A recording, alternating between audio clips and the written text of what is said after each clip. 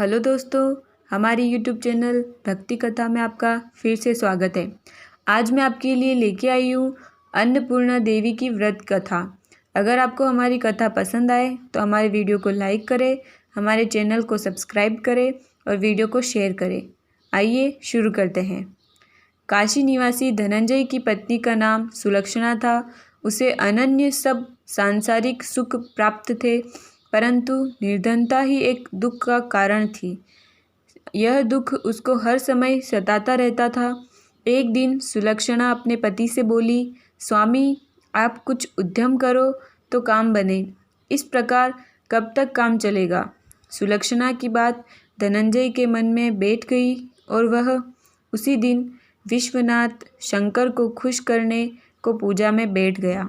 कहने लगा, हे देवादिदेव विश्वेश्वर, मुझे पूजा पाठ कुछ आता नहीं, केवल तुम्हारे भरोसे बैठा हूँ। इतनी कृपा कर। 2-3 दिन तक भूखा प्यासा बैठा रहा।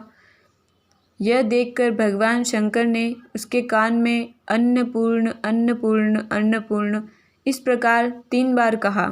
यह कौन क्या कह गया?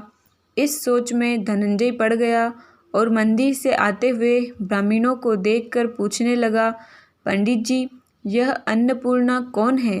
वे बोले, तू अन्न छोड़ बैठा है, सो हर समय अन्न की ही बात सूझती है। जा, घर जा, अन्न ग्रहण कर। धनंजय अपने घर गया और पत्नी से सारा वृत्तांत कहा। वह बोली, हे नाथ, चिंता मत करो, स्वयं शंकर जी ने यह मंत्र दिया है, वह खुद ही इसका खुलासा करेंगे। आप फिर जाकर उनकी आराधना करो। धनंजय फिर जैसा का तैसा पूजा में बैठ गया। रात्रि में शंकर जी ने आज्ञा दी कि तू पूर्व दिशा में जा, वहाँ इसका योग लगेगा और तू सुखी होगा। महादेव बाबा का कहना मान वह पूर्व दिशा को चल दिया। वह अन्नपूर्णा अन्नपूर्णा कहता जाता और रास्ते में फल खाता जाता, झरनों का पानी पीता जाता। इस तरह कितने ही दिन चलता गया। वहाँ उसे चांदी सी चमकती वन की शोभा देखने में आई, सुंदर सरोवर देखने में आया और उसके किनारे कितनी ही अप्सराएं झुंड बनाए बैठी हैं। एक कथा कहती थी और सब माता अन्नपूर्णा अन्नपूर्णा इस प्रकार बार बार कहती थी कि आज अघन मास की उजियाली रात्रि थी। आज से ही इस व्रत का आरंभ था। जिस शब्द की खोज में मैं घर से निकला था, वह शब्द आज मुझे सुनने को मिला है। धनंजय उनके पास जाकर पूछता है, हे देवियों, आप ये क्या करती हो? वे बोली, हम माता अन्नपूर्णा का व्रत करती हैं। व्रत करने से क्या होता है? यह किसी ने किया भी है, इसको कब किया जाए, यह समझाकर मुझसे कहो। वे कहने लगी, इस व्रत को सभी कर सकते हैं। 21 दिन तक के लिए 21 घाट का सूत्र लेना, 21 दिन न बने तो 1 दिन का उपवास करना, यह भी न बने तो केवल कथा सुनकर माता का प्रसाद लेना, निराहार रहकर कथा करना।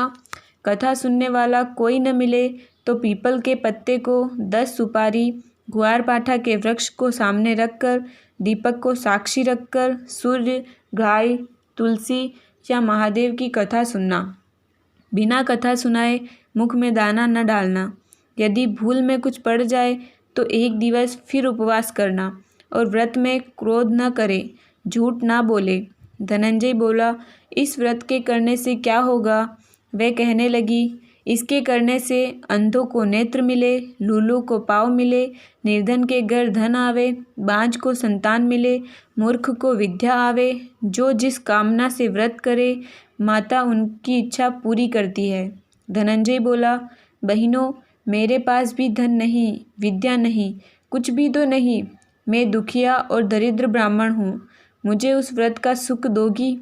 हाँ भाई, तेरा कल्याण हो, हम तुझे देंगी। ले, व्रत का मंगलसूत्र ले। धनंजय ने व्रत किया और पूरा हुआ। तभी सरोवर में से 21 खंड की स्वर्ण सीढ़ी हीरा मोती जड़ी प्रकट हुई। धनंजय अन्नपूर्णा अन्नपूर्णा कहता जाता था। इस प्रकार कितनी ही सीढ़ियाँ उतर आता आया तो क्या देखता है कि करोड़ों सूर्यों के समान प्रकाशमान अन्नपूर्णा जी का मंदिर है। उसके स्वर्ण सिंहासन पर अन्नपूर्णा विराजमान है। सामने भिक्षा हेतु शंकर भगवान खड़े हैं। देवांगनाएं चंवर डुलाती हैं, कितनी ही हथियार बंधे पहरा देती है। धनंजय दौड़कर माता के चरणों पर गिर पड़ा। माता उसके मन का क्लेश जान गई। धनंजय कहने लगा, माता आप तो अंतर्यामी हो, आपको अपनी दशा क्या बताऊं? माता बोली, तूने मेरा व्रत किया है, जा तेरा संसार सत्कार करेगा। माता ने धनंजय की जीवा पर बीज मंत्र लिख दिया। अब तो उसके रोम रोम में विद्या प्रविष्ट हो गई। इतने में क्या देखता है कि काशी विश्वनाथ के मंदिर में खड़ा हुआ है। माता का वरदान लेकर धनंजय घर आया और सुलक्षणा से सब बात कही। माताजी की कृपा से अटूट संपत्ति उमड़ने लगी।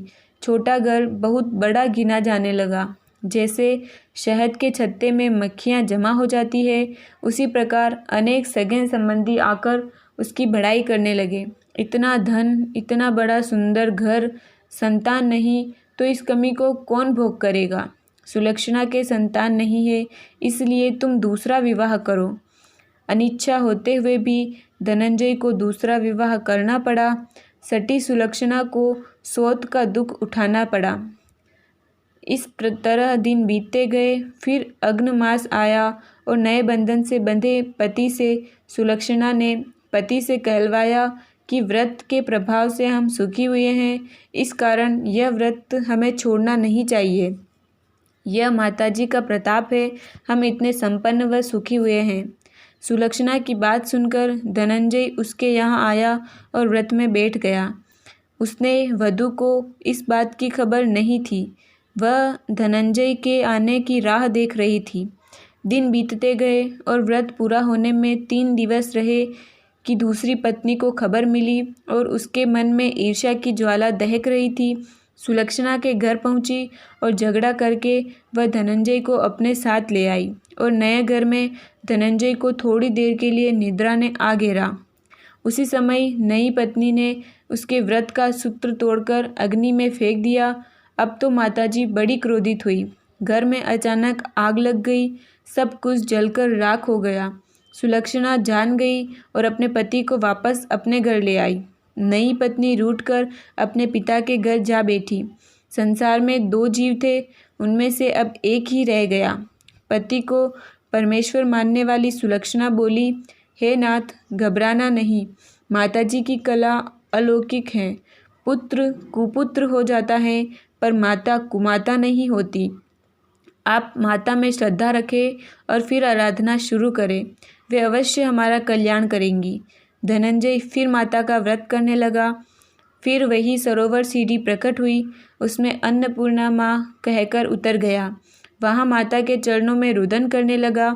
माता प्रसन्न होकर बोली, यह मेरी स्वर्ण की मूर्ति ले और इसका पूजन करना, तू फिर सुखी हो जाएगा। जाओ, तुमको मेरा आशीर्वाद है। तेरी पत्नी सुलक्षणा ने श्रद्धा से मेरा व्रत किया है, उसको मैंने पुत्र दिया। धनंजय ने आंखें खोली और खुद को काशी विश्वनाथ मंदिर में खड़ा पाया। वहाँ से फिर उसी प्रकार घर आया। इधर सुलक्षणा के दिन चढ़े और महीना पूरे होते ही पुत्र का जन्म हुआ। ग्राम में आश्चर्य की लहर दौड़ गई, मान्यता आने लगी। इसी प्रकार उस ग्राम के निसंतान सेठ के पुत्र होने से उसके माता अन्नपूर्णा का सुंदर मंदिर बनवाया, जिसमें धूमधाम से माताजी पधारी, यज्ञ किया और धनंजय को मंदिर का आचार्य पद दिया और जीविका के लिए मंदिर की दक्षिणा और रहने के लिए बड़ा सुंदर भवन बनवा दिया। धनंजय स्त्री पुत्र के साथ वहाँ रहने लगा। माताजी की चढ़ोतरी से भरपूर आमदनी होने लगी।